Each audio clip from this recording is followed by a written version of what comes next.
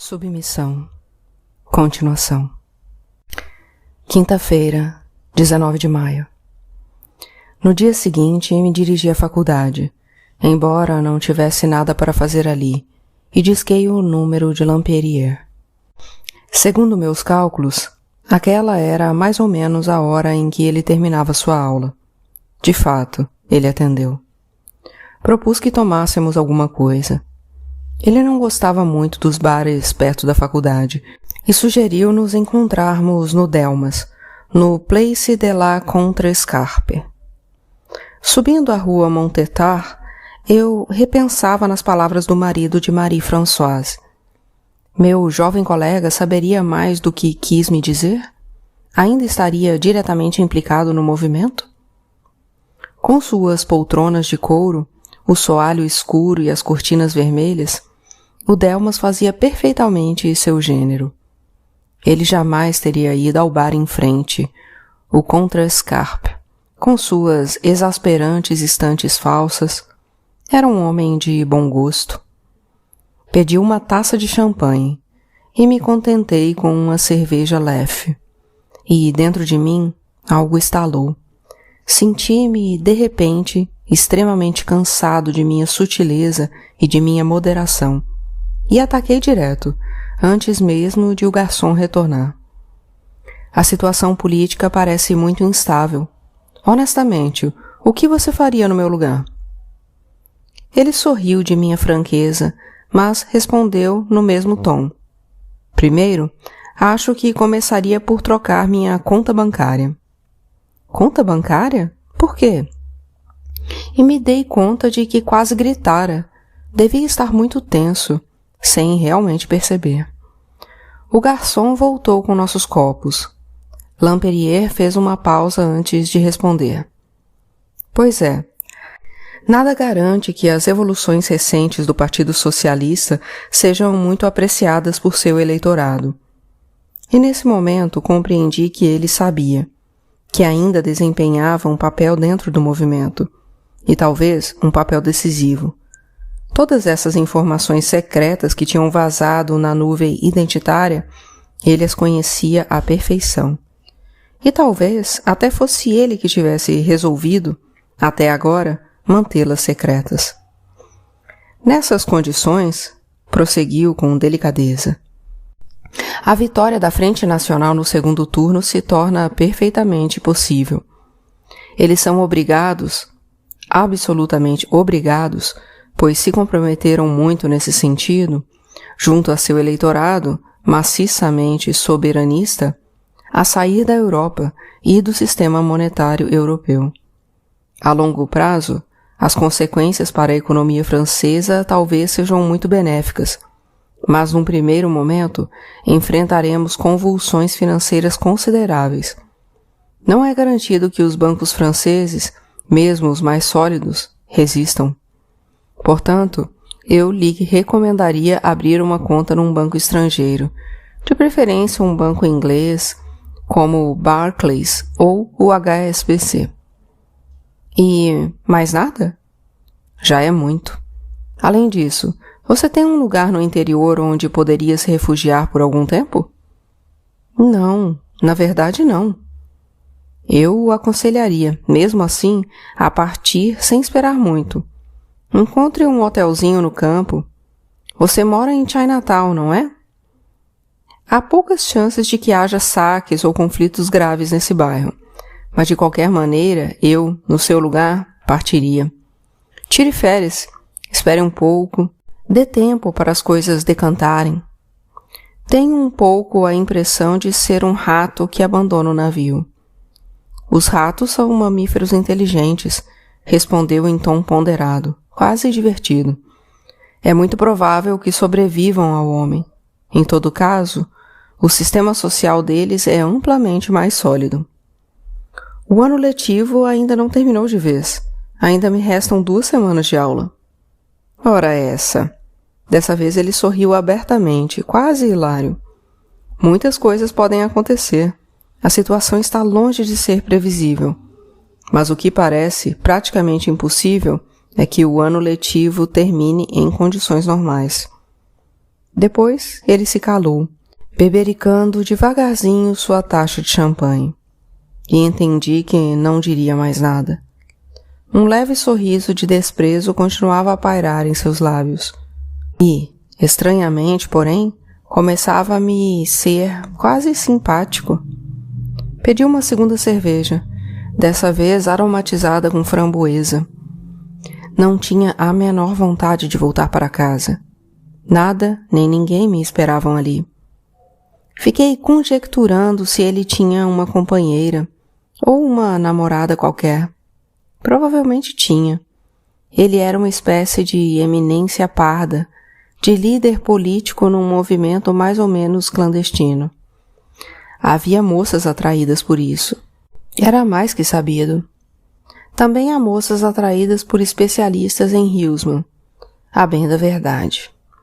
Eu mesmo tinha encontrado uma moça jovem, bonita, atraente, que tinha fantasias com Jean-François Copé. Levei vários dias para me recuperar dessa história. A gente encontra as coisas mais estranhas entre as moças hoje em dia. Sexta-feira, 20 de maio. No dia seguinte, abri uma conta na agência Barclays, na Avenida dos Gobelins. A transferência do dinheiro só levava um dia útil, me informou o funcionário. Para minha grande surpresa, consegui um cartão Visa quase de imediato. Resolvi voltar a pé para casa. Tinha cumprido as formalidades de mudança de conta mecanicamente, em estado de automatismo, e precisava refletir. Chegando à Place d'Italie, fui de súbito invadido pela sensação de que tudo podia desaparecer. Aquela mocinha negra de cabelos crespos, traseiro apertado entre um jeans, que esperava o ônibus 21, podia desaparecer. Com certeza desapareceria, ou pelo menos seria profundamente reeducada. Na esplanada do shopping Italie 2 havia, como de hábito, gente pedindo dinheiro. Hoje era para o Greenpeace. Eles também iam desaparecer. E pesquei os olhos quando um jovem moreno e barbudo, de cabelos compridos, se aproximou de mim com seu pacote de folhetos. E foi como se ele tivesse desaparecido por antecipação. E passei diante dele sem vê-lo, e cruzei as portas envidraçadas que levavam ao térreo do centro comercial. Dentro do shopping, o balanço era mais contrastado. A Bricorama era incontestável, mas os dias de Jennifer estavam sem a menor dúvida contados. A loja não propunha nada capaz de convir a uma adolescente islâmica. A Secret Stories, em compensação, que vendia lingerie de marca a preços de ponta de estoque, não precisava ter a menor preocupação. O sucesso de lojas semelhantes nas galerias comerciais de Riad e Abu Dhabi era um fato. Nem Chantal Thomas, nem La Perla tinham nada a temer com a instalação de um regime islâmico. Vestindo durante o dia impenetráveis burcas pretas, as ricas sauditas se transformavam à noite em aves do paraíso. Ornamentavam-se com espartilhos, sutiãs rendados, fios dentais enfeitados de rendas coloridas e pedrarias. Exatamente o inverso das ocidentais, classudas e sexy durante o dia, porque seu estatuto social estava em jogo, e à noite desabando ao voltarem para casa, abdicando exaustas de qualquer perspectiva de sedução, vestindo roupas descontraídas e disformes. De repente, diante da lojinha Happy Just, que oferecia combinações cada vez mais complexas, coco, maracujá, goiaba, manga, lixia, guaraná, havia mais de 10 opções, com teores vitamínicos assustadores. Voltei a pensar em Bruno Deslandes. Não o via fazia quase 20 anos, e tampouco pensara nele durante todo esse tempo. Era um de meus colegas de doutorado. Posso até dizer que tínhamos relações quase de amizade. Ele trabalhava com a obra de Laforgue. Redigira uma tese razoável, sem mais, e logo em seguida prestara concurso para fiscal da Receita antes de se casar com Annelise, moça que encontrara não sei onde, durante uma noitada estudantil qualquer. Ela trabalhava no departamento de marketing de uma operadora de telefonia celular. Ganhava muito mais que ele. Mas ele tinha a segurança do emprego, como se diz, e compraram uma casinha em Monte-le-Bretonnex. Já tinham 2 filhos, um menino e uma menina, e era o único de meus colegas que entrara numa vida familiar normal, pois os outros se desdobravam entre um pouco de métique, um pouco de speed dating e muita solidão. E eu o encontrara por acaso no trem do Her, e ele me convidara para ir à casa dele na sexta-noite seguinte, para um churrasco. Estávamos no final de junho, havia um gramado e era possível fazer churrascos. Haveria alguns vizinhos e ninguém da faculdade, ele me prevenira. O erro tinha sido organizar isso numa sexta-feira à noite. Foi o que compreendi de cara ao chegar ao gramado e dar um beijo na mulher dele, que trabalhava o dia todo e chegava em casa exausta. E além disso, ficara cheia de ideias de tanto assistir às reexibições de Um Jantar Quase Perfeito, do canal M6. E previra coisas sofisticadas demais. O soufflé de Moriles não deixava esperanças. Mas na hora em que ficou claro que até o guacamole ia ser um fracasso, pensei que ela ia cair em prantos. E seu filho de 3 anos começou a dar uivos. E Bruno, que já estava enchendo a cara desde a chegada dos primeiros convidados, não podia lhe dar nenhuma ajuda para virar as linguiças. Então fui socorrê-la. E, do fundo de seu desespero, ela me lançou um olhar perdido de gratidão. Um churrasco era mais complexo do que eu pensava. As costeletas de carneiro estavam ganhando muito depressa uma película carbonizada, enegrecida e provavelmente cancerígena. O fogo devia estar muito forte e eu não entendia nada daquilo. Se fosse regular o mecanismo, eu me arriscava a explodir o botijão de gás. Estávamos sozinhos diante de um monte de carne carbonizada e os outros convidados esvaziavam as garrafas de rosé sem prestar a menor atenção em nós. E foi com alívio que vi chegar a tempestade. Os primeiros pingos caíram em cima de nós, oblíquos e glaciais. E foi uma retirada imediata para a sala. A noite evoluiu para o buffet frio. Na hora em que ela desabou no sofá, dando um olhar hostil para o tabule, pensei na vida de Annelise, na vida de todas as mulheres ocidentais. Talvez de manhã ela fizesse uma escova, depois se vestisse com esmero, conforme seu estatuto profissional, e acho que em seu caso ela era mais elegante do que sexy. Bem, era uma dosagem complexa. Devia passar muito tempo nisso antes de levar as crianças para a creche. O dia se passava entre e-mails, telefonemas, encontros diversos, depois voltava para casa lá pelas 9 da noite, exausta. Era Bruno quem ia buscar as crianças à noitinha e lhes dava o jantar. Ele tinha horários de funcionário público. E então desmoronava. Vestia um moletom e uma calça de jogging. Era assim que se apresentava perante seu senhor e mestre. E ele deveria necessariamente ter a sensação de ter se fudido em algum momento. E ela mesma tinha a sensação de ter se fudido em algum momento. E que a coisa não ia melhorar com os anos. Com as crianças que iam crescer e as responsabilidades profissionais que iam como que automaticamente aumentar, sem nem levar em conta o fato de que as carnes despencariam. Fui um dos últimos a ir embora, e até ajudei a Annelise a arrumar tudo. Não tinha a menor intenção de me lançar numa aventura com ela. O que teria sido possível, tudo naquela situação parecia possível. Só queria que ela sentisse uma espécie de solidariedade, de vã solidariedade. Com certeza, Bruno e Annelise estavam, agora, divorciados. Era assim que a coisa se passava em nossos dias. Um século antes, na época de Husman, teriam ficado juntos, e afinal de contas, talvez não tivessem sido tão infelizes. Ao chegar em casa, me servi de um grande copo de vinho e mergulhei de novo no En Ménage. Eu tinha a lembrança de ser um dos melhores romances de Huysmans, e logo de saída reencontrei o prazer da leitura. Também, depois de quase 20 anos, milagrosamente intacto. Acho que a felicidade morna dos velhos casais nunca foi expressada com tamanha doçura. André e Jeanne, em pouco tempo, não tiveram mais que ternuras beatas, satisfações maternais de dormirem às vezes juntos, em se deitarem para simplesmente estarem próximos, para conversar antes de se instalarem de costas um para o outro e dormir. É bonito, mas seria verossímil? Era um horizonte concebível hoje? Isso estava de todo modo ligado aos prazeres da mesa. A glutonaria introduziu-se entre eles como um novo interesse.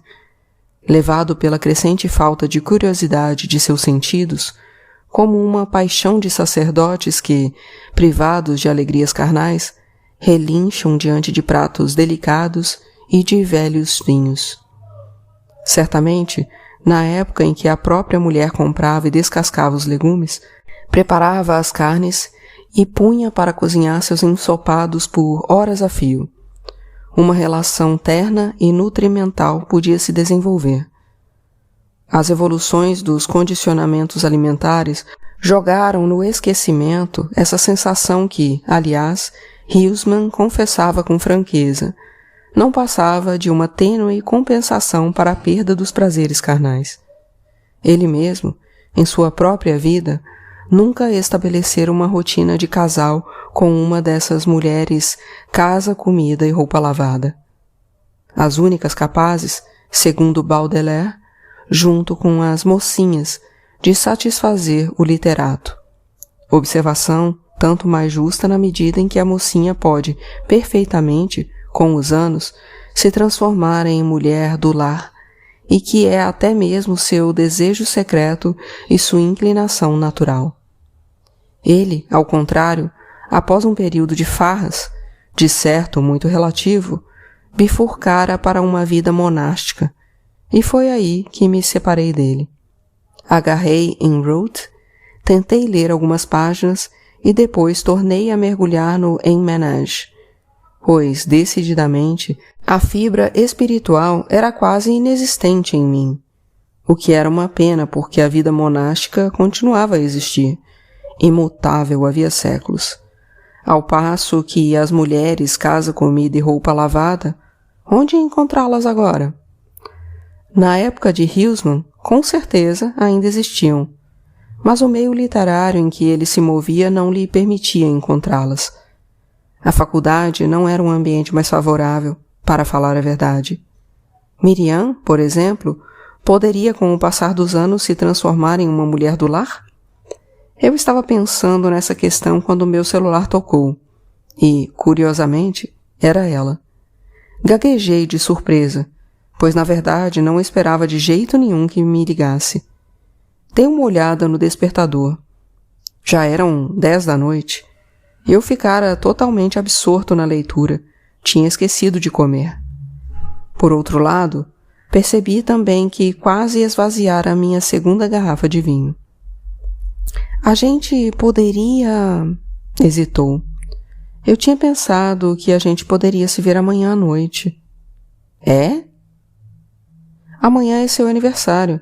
Talvez você tenha esquecido? Sim. Para ser sincero, tinha esquecido completamente. E depois...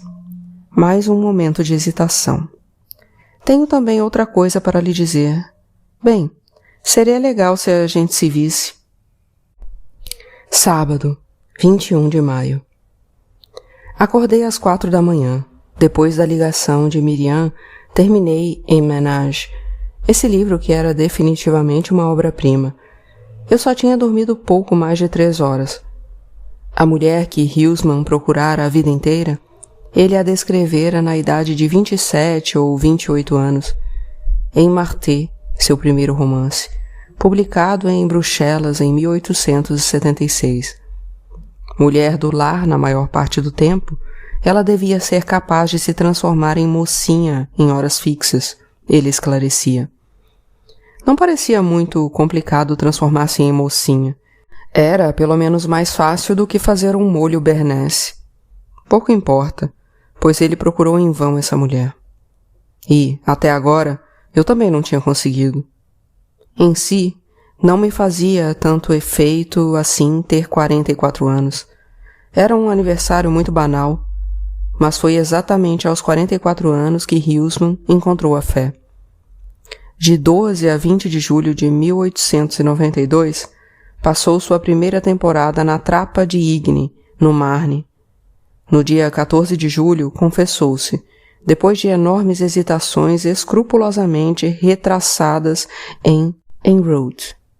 No dia 15 de julho, pela primeira vez desde a infância, recebeu a comunhão. Quando escrevi minha tese sobre Huysmans, passei uma semana na abadia de Ligugé, onde ele receberia alguns anos mais tarde a oblatura, e outra semana na abadia de Igny. Esta fora inteiramente destruída na Primeira Guerra Mundial. Mas mesmo assim minha temporada me ajudou muito.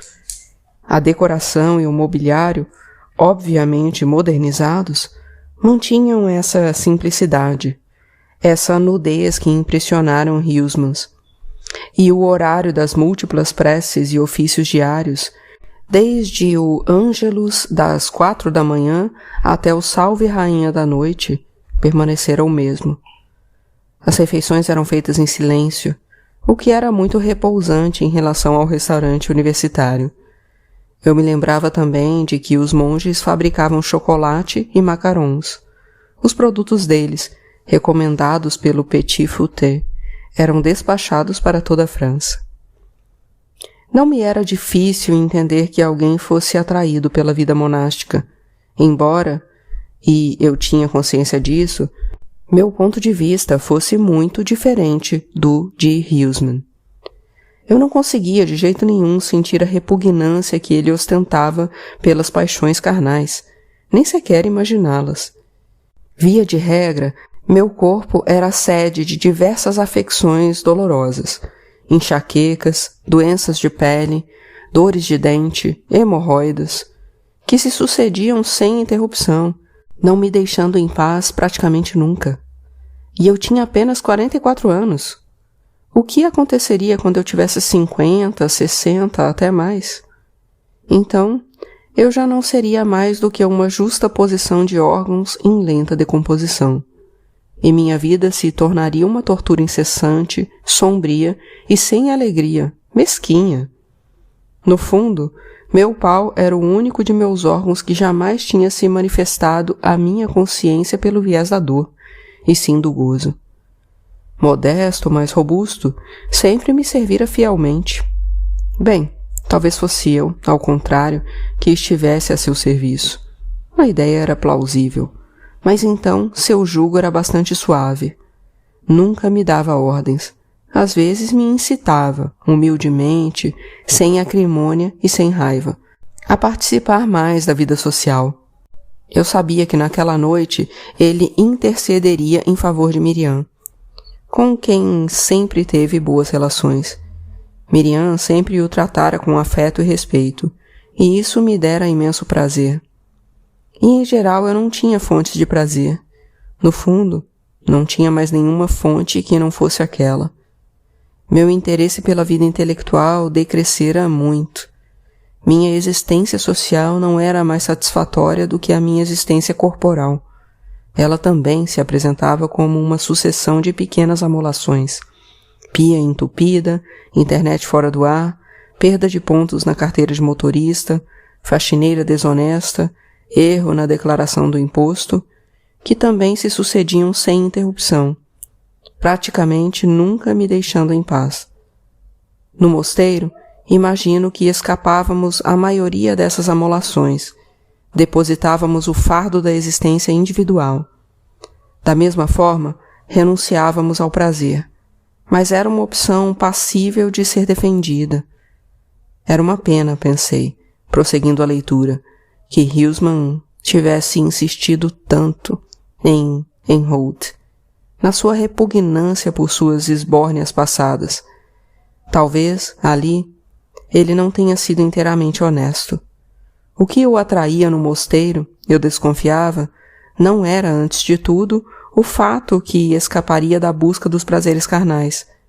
Era mais o fato de que fosse possível se livrar da estafante e melancólica sucessão de pequenas amolações da vida cotidiana, de tudo que ele descrevera tão magistralmente em La Velours.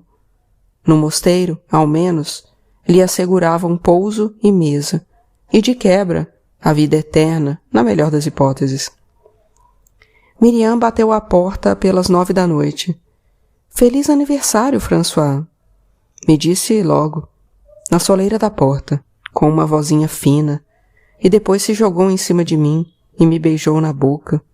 Um beijo longo, voluptuoso, nossos lábios e nossas línguas se fundiram.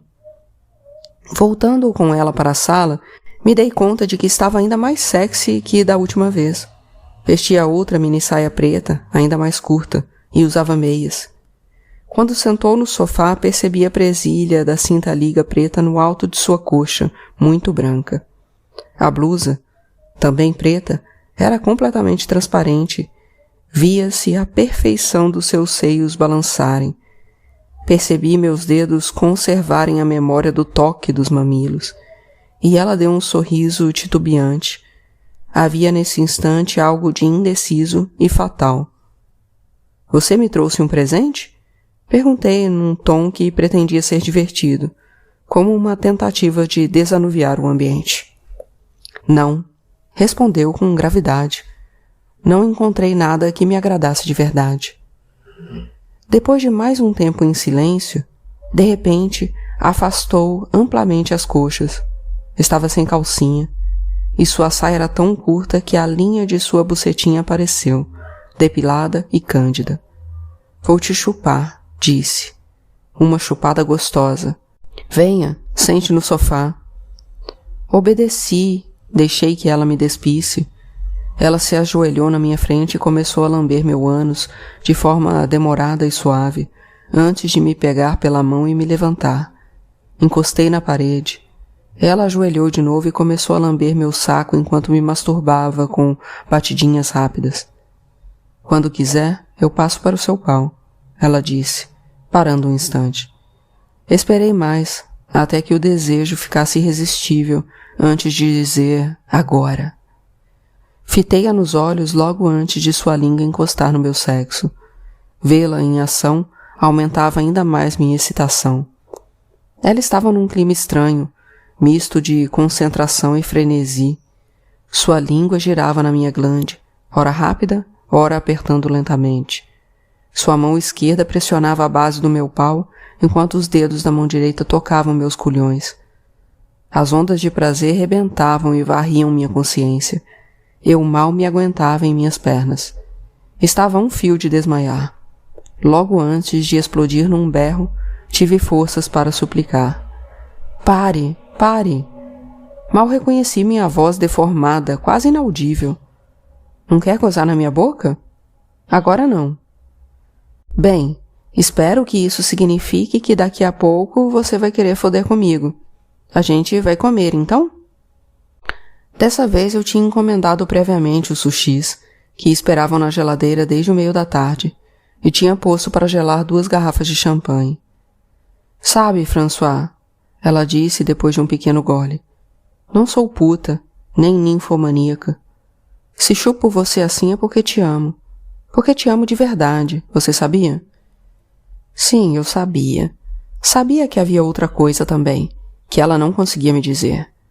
Encarei-a longamente, procurando em vão como abordar o assunto. Ela terminou a taça de champanhe, suspirou, serviu-se de uma segunda taça e falou. Meus pais resolveram abandonar a França. Fiquei sem voz. Bebeu a taça, serviu-se de uma terceira antes de prosseguir. Vão imigrar para Israel. Pegamos o avião para Tel Aviv na próxima quarta-feira. Não vão esperar nem o segundo turno da eleição presidencial.